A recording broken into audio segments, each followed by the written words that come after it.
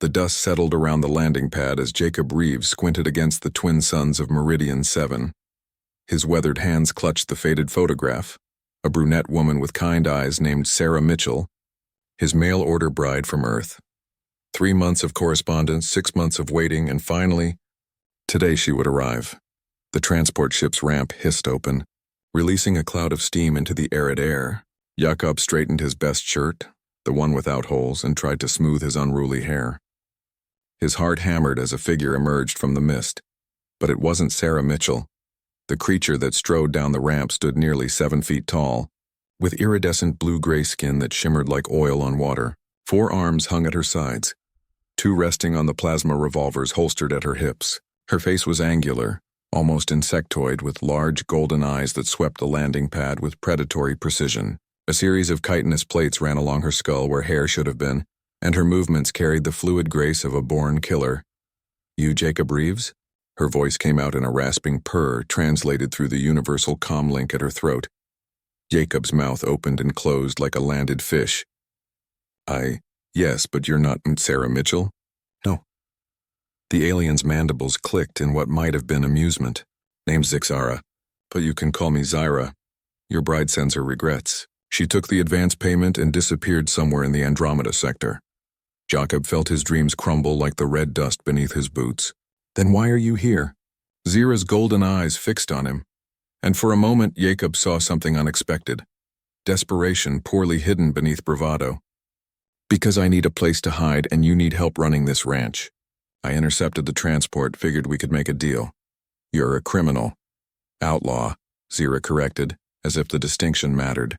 "The Galactic Consortium wants me for liberating cargo ships full of conscripted workers. They call it piracy. I call it justice." She tilted her head, studying him. "But right now I'm just someone who needs work and a place to lay low. And you're someone who needs hands on a frontier ranch that's about to get foreclosed." Jakob wanted to refuse. He should refuse. But she wasn't wrong. The ranch was failing, the cattle were dying in the heat, and the water reclamation system had broken down 2 weeks ago. He was drowning in debt, and the consortium's collectors would come soon enough. "Can you fix machinery?" he asked quietly. Zira's mandibles spread in what he'd learned was her version of a smile. "Human, I can fix anything that hums, sparks, or bleeds." The first week was chaos. Zyra moved through the ranch like a force of nature, her 4 arms allowing her to work with impossible efficiency. She fixed the water reclamation system before sunrise on her second day, jury-rigging parts from her own ship's salvage.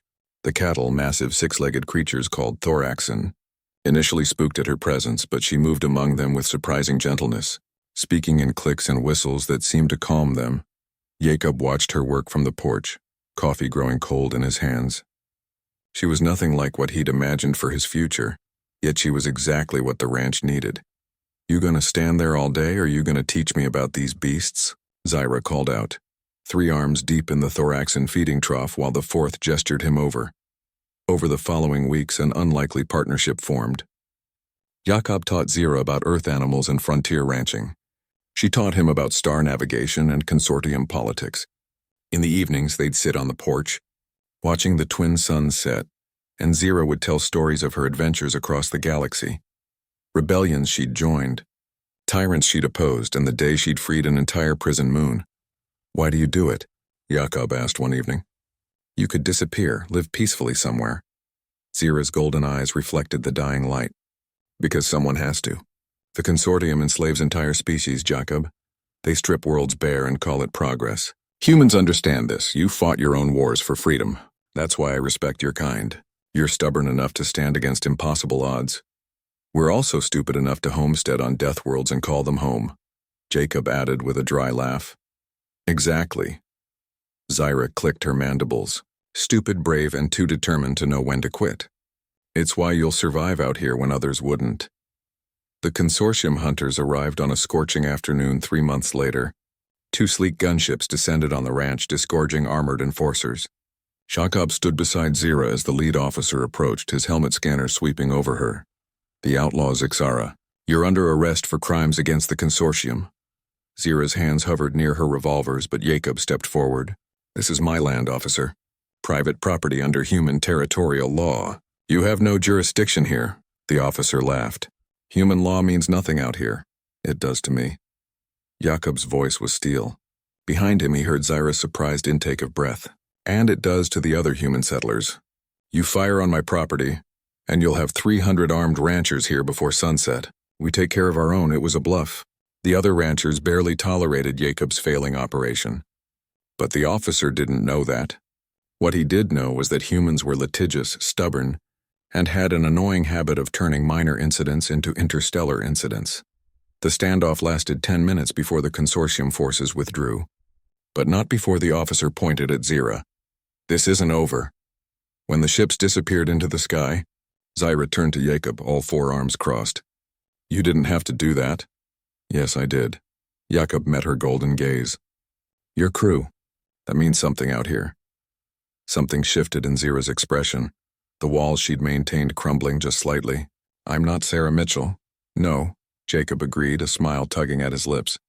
You're better. Sarah wanted a romantic adventure. I needed a partner who could face the galaxy and not flinch.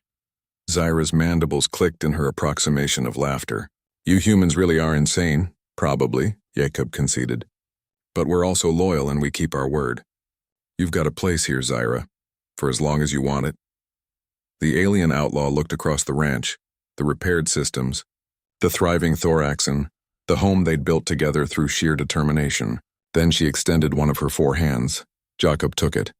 Partners, then she said. Partners, he agreed. And under the twin suns of Meridian 7, an unlikely alliance became something more, proof that family wasn't about where you came from, but who stood beside you when the guns came out and the odds looked impossible. That was the human way, after all.